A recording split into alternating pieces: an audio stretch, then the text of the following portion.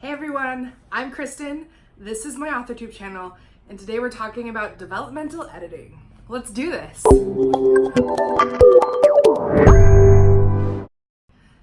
right, so I know a bit about editing. I took a lot of classes in college.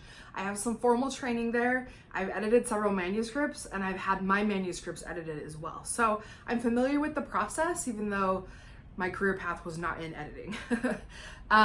But be that as it may, I love a good developmental edit. I think it's really helpful. It's really fun to get a separate perspective, and it's just something that I really enjoy and really find value in. But a big but here, when I was doing research for this video, I found that a lot of people don't share my point of view, and I wanted to just kind of weigh in.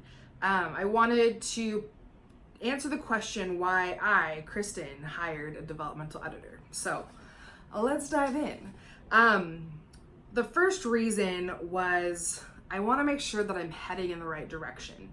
And as a kind of aside, just make sure that I can course correct before it's way too late. Not that it's ever really too late, but I don't want to be done with my manuscript and in the middle of like reviewing draft one and realize they have to completely rewrite stuff. And I know that that's a lot of times what a first draft is for, but if I can bypass that step, a developmental edit can really help me do that. And so that's, I think, one of the benefits of a developmental edit. And that's why I love them, because they kind of help make sure in my mind that I'm on the right track. Another really important thing, which is pretty catty and a little bit ridiculous, I will agree, is they validate me, which I know as an author, you have to have a thick skin. Not everyone's gonna like what you write, but it's also important that I think that I don't suck. So, and first drafts suck, like straight up, they're horrible. But I, again, would like someone to tell me that mine's good. And most of the time I keep it on the down low. I'm like, okay, shh, I'm writing the story. I don't need everybody to know about it. And so I don't really seek out for validation from people that I know. And so when I get a developmental editor who can tell me the strengths, like it really helps me keep going and it helps keep my morale up, which sounds ridiculous. It's like I'm the popular girl in high school, which I wasn't, by the way. I was really nerdy. But like you have to be liked in order for your self-esteem to be high. Like that's how I feel a little bit right now, but it's helpful for me in my process. Just being honest, guys, just being really real. They also help me get unstuck in a lot of ways. So if I'm writing a story and I need certain things to be flowing and they're not, sometime an extra pair of eyes is really helpful. It also keeps me on track and keeps me organized, because if I have someone reading my first 5 chapters or taking a look at my outline, guess what has to be done? My 5 chapters and my outline. So that's really helpful for me too. And then I also just really like people to ask questions like, okay, this is this, but why?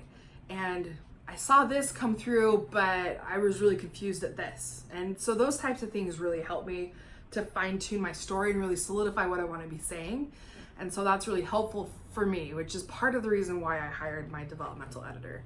Let me just make sure I made a nerdy list, because I'm nerdy. But I just want to make sure I hit all my points. Oh yeah, it helps me find the hidden problems and the inconsistencies. So I think that's part of writing a story, right? There's going to be holes the first time you write it. And so an editor, especially one that's helping you develop things and helping you identify these holes, can really point out things that you haven't seen before. At least that's been the case with me. So all of these things are really reasons why I wanted it, and they've really helped me with my writing. Granted, my manuscript is not done. I'm not published. I'm not saying like, oh, this works 100% of the time. But for me and for those issues that I found myself having, it was incredibly helpful.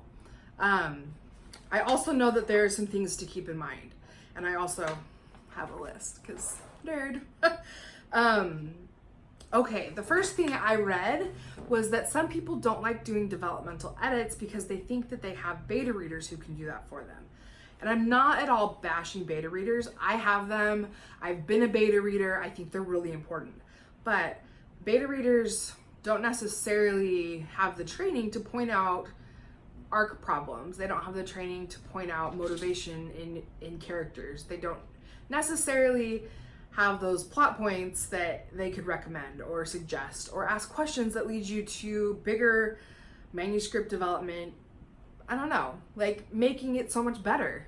So that's the thing that I like about hiring a professional, is I don't have to rely on my beta readers, because what if they miss something? Like, what if I miss something? And so just another set of eyes that happens to be a professional who knows what they're doing is super helpful.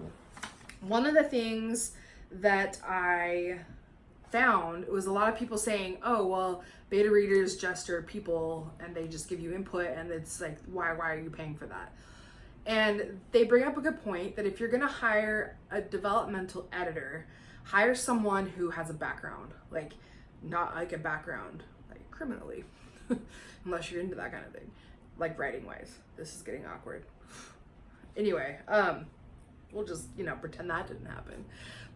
Make sure they have a background in editing, whether it's an education, whether it's actually, it should be an education, and it also should be experience in the publishing world. It should be writing themselves. They should have exposure to this. They should have successes behind their belts. They should really be aware of the industry and not just somebody who is good at English. So make sure that you're hiring somebody that's a qualified editor. Also, find someone, guys, I have rabbits and that one just went through the tunnel.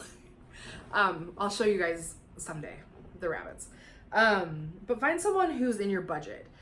I think a lot of times people are like, oh, it's gonna cost me so much money to do a developmental edit, but there's a lot of people out there who are qualified who will do it for a reasonable price. My last developmental edit came from an app called Reedsy, Reedsy, and it connected me with a woman who was very good. She had been published herself. She had a background in editing. She had an education in professional writing and in an editing environment. She was great, and she was able to really guide me in some of my questions in my writing. So that was really important, and she was great. And she was like not that expensive. So check out Reedsy if you need a resource for finding a really good developmental editor. Another thing is find someone who you can be open with and someone who is able to communicate with you, because if you don't say what you're expecting, then you're just going to get back stuff that's not helpful. So find someone who you can communicate on their level with, and it'll be so much easier, because then you can have an open dialogue, you can ask questions, like it's a lot better. The editor won't be making changes for you, so don't go into it with that in mind. Anyway,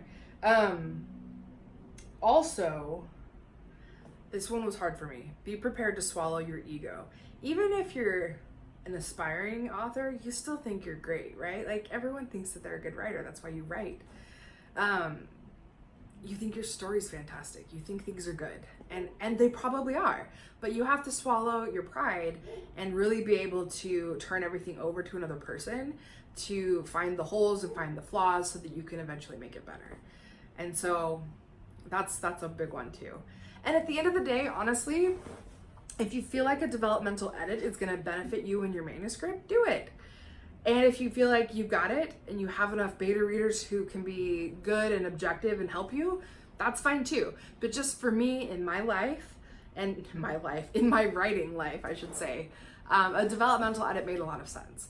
And I hope that this is helpful. I hope that it kind of showed some of the points of view as far as a content edit goes, or developmental edit, and kind of helped explain why I did it, so that maybe if you're in a similar situation, it'll help you too. So anyway, that's my 2 cents on developmental edits and why I hired a developmental editor. So yeah, thanks for watching, and I will see you guys on my next video. Okay, baby boy.